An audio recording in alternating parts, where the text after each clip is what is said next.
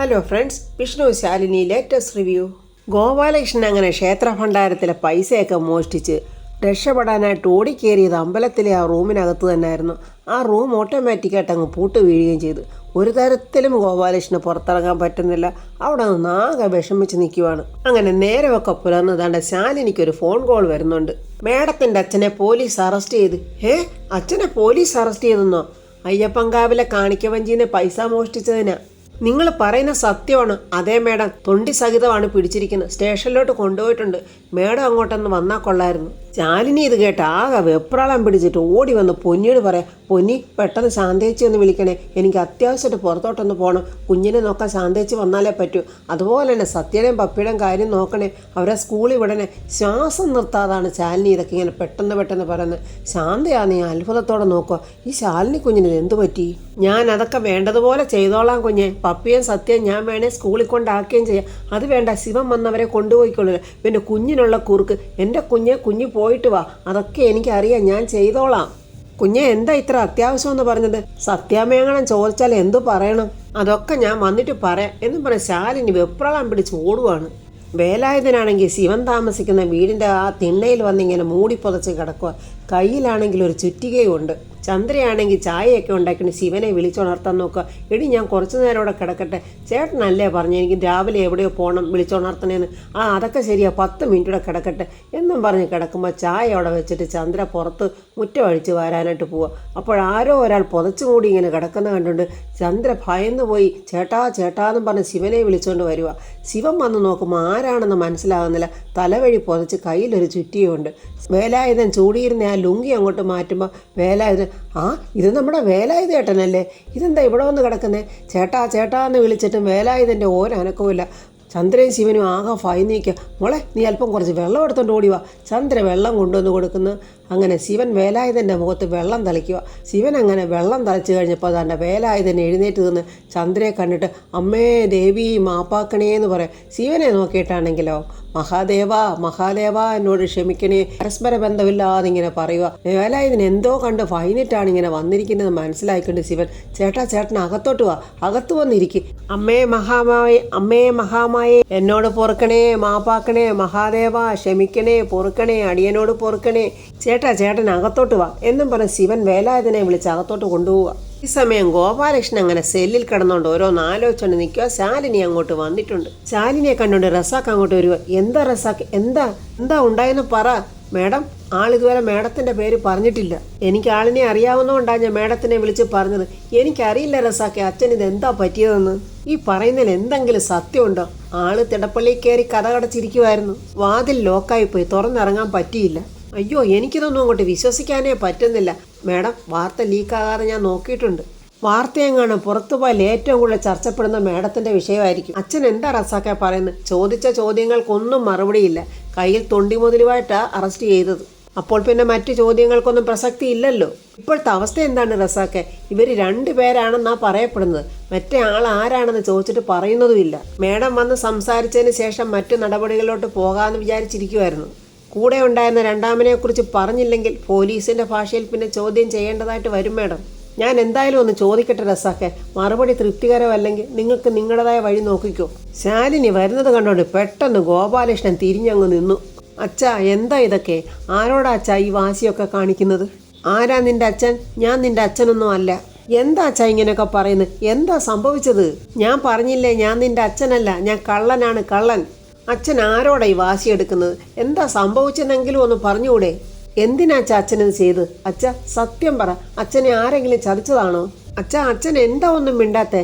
ഞാൻ നിന്റെ അച്ഛനുമല്ല, നീ എൻ്റെ മകളുമല്ലെന്ന് ഞാൻ പറഞ്ഞു കഴിഞ്ഞു. എത്രയും പെട്ടെന്ന് എന്നെ അറിയില്ല എന്നും പറഞ്ഞ് നീ ഇവിടുന്ന് പൊയ്ക്കോ. ഇല്ലെങ്കിൽ ഇത് വാർത്തയാകും, നിനക്ക് തന്നെയായിരിക്കും നാണക്കേടും. എൻ്റെ അടുത്തുനിന്ന് നിന്നോട് പോകാനാ പറഞ്ഞ്. പോവില്ല, എനിക്കറിയണം, എനിക്കറിഞ്ഞേ പറ്റൂ. അച്ഛൻ എന്തിനു വേണ്ടിയാ എന്നെപ്പോലും ഓർക്കാതെ ഇങ്ങനൊരു കാര്യത്തിന് വേണ്ടി എടുത്തു ചാടിയത്?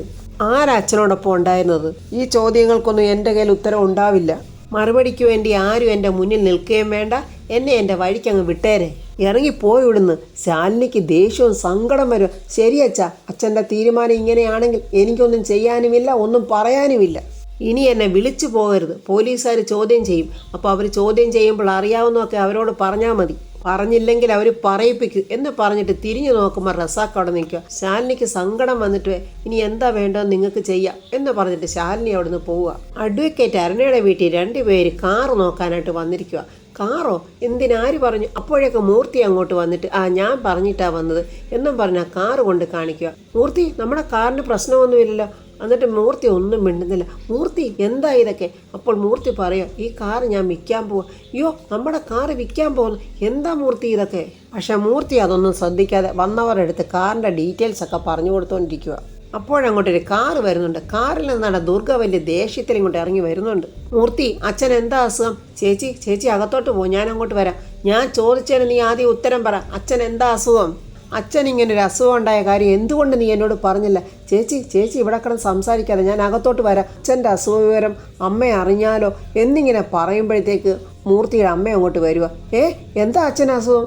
പെട്ടെന്ന് കണ്ട രാക്ഷസി ദുർഗ പറയാം, അച്ഛന് ക്യാൻസറാ. അത് കേട്ടെന്ന് കണ്ട അവരുടെ നെഞ്ചത്ത് കൈവച്ച്, അയ്യോ ക്യാൻസറോ എന്നിങ്ങനെ ചോദിക്കുമ്പോൾ ദുർഗ പറയാം, അതേ അമ്മേ, ഇതിപ്പോൾ സാധാരണ ആൾക്കാർക്ക് വരാറുള്ളതാ. നീ എന്തിനാ മൂർത്തി ഇതൊക്കെ ഒളിപ്പിച്ചു വെച്ചത്? അതും ഇനി നിന്റെ ഭാര്യ പറഞ്ഞെന്ന ബുദ്ധിയാണോ? അരുണയെ നോക്കിയിട്ടാണ് പറയുന്നത്. വക്കീലായതുകൊണ്ട് തന്ത്രങ്ങൾക്ക് വലിയ ക്ഷാമമൊന്നും കാണില്ലല്ലോ.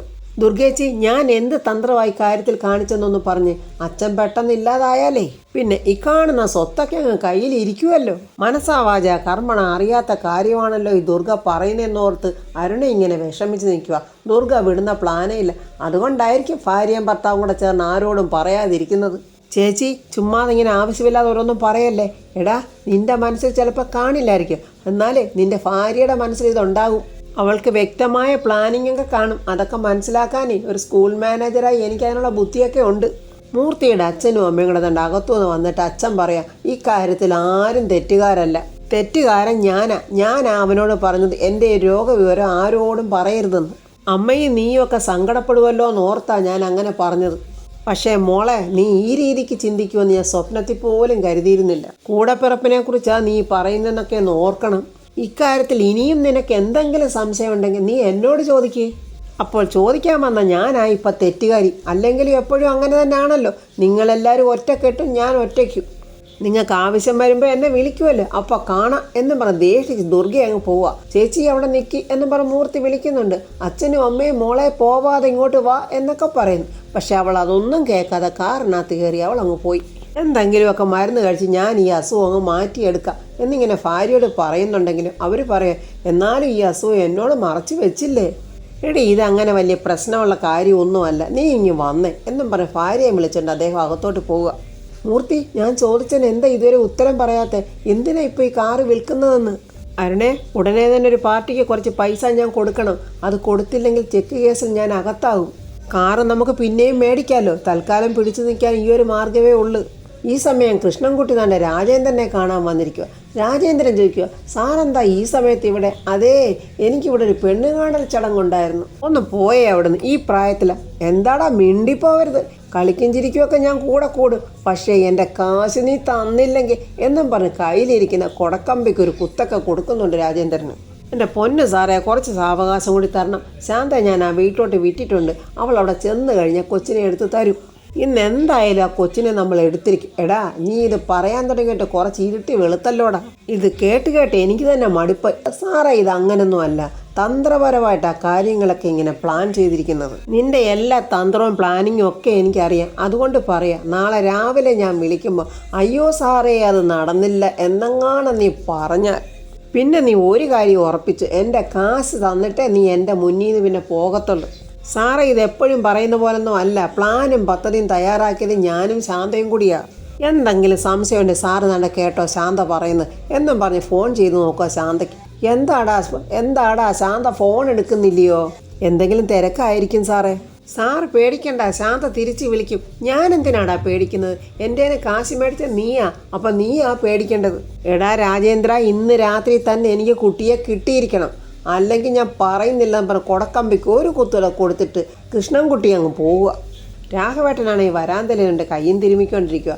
പിള്ള അങ്ങോട്ട് വരുന്നുണ്ട്. കിടന്നുറങ്ങാൻ പറഞ്ഞിട്ട് ഇവിടെ വന്നിരിക്കുവാണ്. പിന്നെ രാത്രി കിടന്നാലേ ഉറക്കം വരില്ല, പിന്നെ ആ പട്ടാപ്പകൽ ഉറങ്ങാൻ പോകുന്നത്.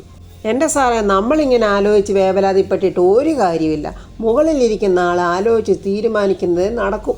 ഇപ്പം തന്നെ നമ്മുടെ മുന്നിൽ നടക്കുന്നതൊക്കെ ആരോ ഒരാൾ മുൻകൂട്ടി തയ്യാറാക്കിയ കഥകൾ തന്നെയാണ്. എടോ, ഇപ്പം താൻ ആരുടെ കാര്യമായി പറയുന്നത്? ദൃഷ്ടിദോഷമുള്ള ഒരു കൊച്ചിവിടെ വന്ന് കയറിയ അച്ഛനും മുത്തശ്ശനും ആർക്കും കിടക്കപ്പുറതി ഇല്ലെന്ന് പറയുന്നതാണ് ഞാൻ പറഞ്ഞത്. താൻ എന്തോടെ ഈ അരുവും മൂലയില്ലാത്ത ഓരോ കാര്യങ്ങൾ പറയുന്നത്? എന്തെങ്കിലും പറയാനുണ്ടെങ്കിൽ കൃത്യമായിട്ട് പറഞ്ഞുകൂടെ? ആ ശാരികയുടെ കൊച്ചില്ലേ ഇവിടെ വന്ന് കയറിയ കൊച്ച്, അതിവിടെ ഉള്ളവരുടെ എല്ലാവരുടെയും കാലന്, അതെവിടെ വേണമെങ്കിലും ഞാൻ വന്ന് പറയാം. ഇപ്പോൾ ലേറ്റസ്റ്റായിട്ട് നടന്ന വാർത്ത വല്ലതും സാറിന് കേൾക്കണോ? ആ കൊച്ചിൻ്റെ മുത്തശ്ശനില്ലേ ഗോപാലകൃഷ്ണൻ, അയാളെ പോലീസ് പിടിച്ചോണ്ട് പോയി. എടോ, അതെന്തിനാടോ പിള്ളേ? കാണിക്കവഞ്ചി മോഷണം ദൈവത്തിൻ്റെ മുതൽ കട്ടെടുക്കാൻ പോയതിന് പോലീസ് പിടിച്ചകത്താക്കി. എടോ പോടോ പിള്ളേ, ഞാനിതൊന്നും വിശ്വസിക്കത്തില്ല സാറേ. ഞാനും വിശ്വസിച്ചില്ല. പിന്നെ കാര്യങ്ങൾ തിരക്കിയപ്പോഴല്ലേ അറിഞ്ഞത് എല്ലാം സത്യം തന്നെ. ഹോസ്പിറ്റലിൽ നിന്ന് ശാലിനി കുഞ്ഞിൻ്റെ കയ്യിൽ നിന്ന് കൊച്ചിനെ വാങ്ങിച്ച ആ മുത്തച്ഛൻ താലോലിച്ചിട്ട ഈ പണിക്ക് പോയത്.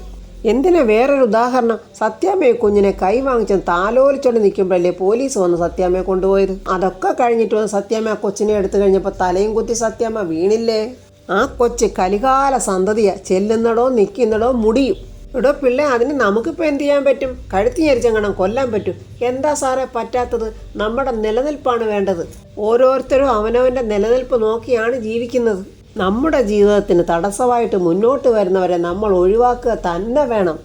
ഇന്നലെ ആ വീട്ടിലെ മുത്തശ്ശന് പണി കിട്ടിയപ്പോൾ ഇനി നാളെ കിട്ടാൻ പോകുന്ന ഇവിടുത്തെ ഈ മുത്തശ്ശനായിരിക്കും. ഈ പിള്ള ഏഷണി കൂട്ടി പാവം രാഘവേട്ടനെ ഒരു കൊലകാരനാക്കി മാറ്റുമോ എന്നറിയില്ല. അല്ലടോ പിള്ളേ, എന്നാലേ ഗോപാലകൃഷ്ണൻ എന്തൊരു പണിയാണ് കാണിച്ചത്? ആരെങ്കിലും ഇങ്ങനെ സാഹസ കുറ്റം കാണിക്കുമോ? മോള് കളക്ടറായിട്ടിരിക്കുമ്പോൾ അച്ഛൻ ജയിലിൽ പോയി കിടക്കുക എന്ന് പറഞ്ഞാൽ ഇതിപ്പോൾ ഒരു നാണക്കേടുണ്ടോ? ആളുകളുടെ മുഖത്ത് ശാലിനി ഇനി എങ്ങനെ നോക്കും? അറിഞ്ഞിരുന്നുകൊണ്ട് അയാൾ ഇങ്ങനെ പോയൊരു കുറ്റം ചെയ്യുമോ? അതാ സാറേ ഞാൻ പറഞ്ഞത്, ഗോപാലകൃഷ്ണൻ സാർ പോയി പെട്ടുപോയതാന്ന്. ഈ കൊച്ചിൻ്റെ ദോഷം കൊണ്ട് ഇതും ഇതിനപ്പുറവും സംഭവിക്കും. ധനനഷ്ടം, മാനഹാനി, ജയിൽവാസം, ഒരു കുടുംബം തകർന്നു പോകാൻ ഇതൊക്കെ തന്നെ ധാരാളമല്ലേ സാറേ? എടോ, ഇനി നമുക്കെന്ത് ചെയ്യാൻ പറ്റും? നമ്മൾ ചെയ്യാനുള്ളത് അവനവൻ്റെ തടി അവനവൻ തന്നെ നോക്കണം. അവസാന കാലത്ത് ജയിലിലെങ്കും പോയി കിടക്കണ്ടെന്നുണ്ടെങ്കിൽ ആലോചിച്ച് എന്താ വേണ്ടതെന്ന് വെച്ചാൽ ചെയ്യും. എടോ, താൻ എന്തെങ്കിലും പ്ലാൻ കണ്ടുവച്ചിരിക്കുന്നെങ്കിൽ പറ സാറേ, ഇതിനെ അങ്ങ് ഒഴിവാക്കണം. ജീവിച്ചിരിക്കുന്നവരെങ്കിലും ജീവിച്ച് പോട്ടെ സാറേ. ഞാനൊരു കാര്യം പറയാം, സാർ അതങ്ങ് സമ്മതിച്ചു തന്നാൽ മതി. അപ്പോൾ ഫ്രണ്ട്സ്, എന്തായാലും പിള്ള ഒരു പ്ലാൻ ചെയ്തിട്ടുണ്ട്. വയസ്സാം കാലത്ത് രാഘവേട്ടനെ ജയിലിൽ കൊണ്ട് കിടത്തി ഉണ്ട തീറ്റിക്കാവുന്ന. അല്ലെങ്കിൽ ഈ പിള്ളയ്ക്ക് ഇതിൻ്റെ വല്ല കാര്യമുണ്ടോ? ഒരു പിഞ്ചു കുഞ്ഞ് എവിടെങ്കിലും ജീവിച്ചു പോയിക്കോട്ടെ. ഈ കൈയും കാലും ആവതില്ലാത്ത ഈ മനുഷ്യനെ കൊണ്ട് തന്നെ കൊല്ലിക്കാനാണോ ഇനി പിള്ളയുടെ പ്ലാൻ? അതോ ഇനി പിള്ള തന്നെ കൊല്ലുമോ? അതോ പിള്ള തന്നെ ഇനി കുഞ്ഞിനെ എടുത്ത് ആർക്കെങ്കിലും കൊണ്ടുപോയി കൊടുക്കുമോ? വല്ല ആറ്റിലോ കുളത്തിലോ കളയാതെ ആർക്കെങ്കിലും കൊടുത്താൽ മതിയായിരുന്നു. അതിനു മുമ്പ് തന്നെ ശാന്തവന്നിനി ആ കുഞ്ഞിനെ എടുത്ത് രാജേന്ദ്രന് കൊടുക്കുമോ? രാജേന്ദ്രൻ കൊണ്ടുപോയി കുഞ്ഞിനെ കൃഷ്ണൻകുട്ടിക്ക് കൊടുക്കുമോ? കൃഷ്ണൻകുട്ടി അതിനെ കുഞ്ഞിനെ എന്ത് ചെയ്യും എന്നൊക്കെ അറിയാനായിട്ട് നമുക്ക് നാളത്തെ റിവ്യൂ കാണാം. എൻ്റെ ഈ റിവ്യൂ ഇഷ്ടപ്പെട്ടാൽ ലൈക്കും കമൻസും, സബ്സ്ക്രൈബ് ചെയ്യാത്തവർ സബ്സ്ക്രൈബ് ചെയ്യണേ.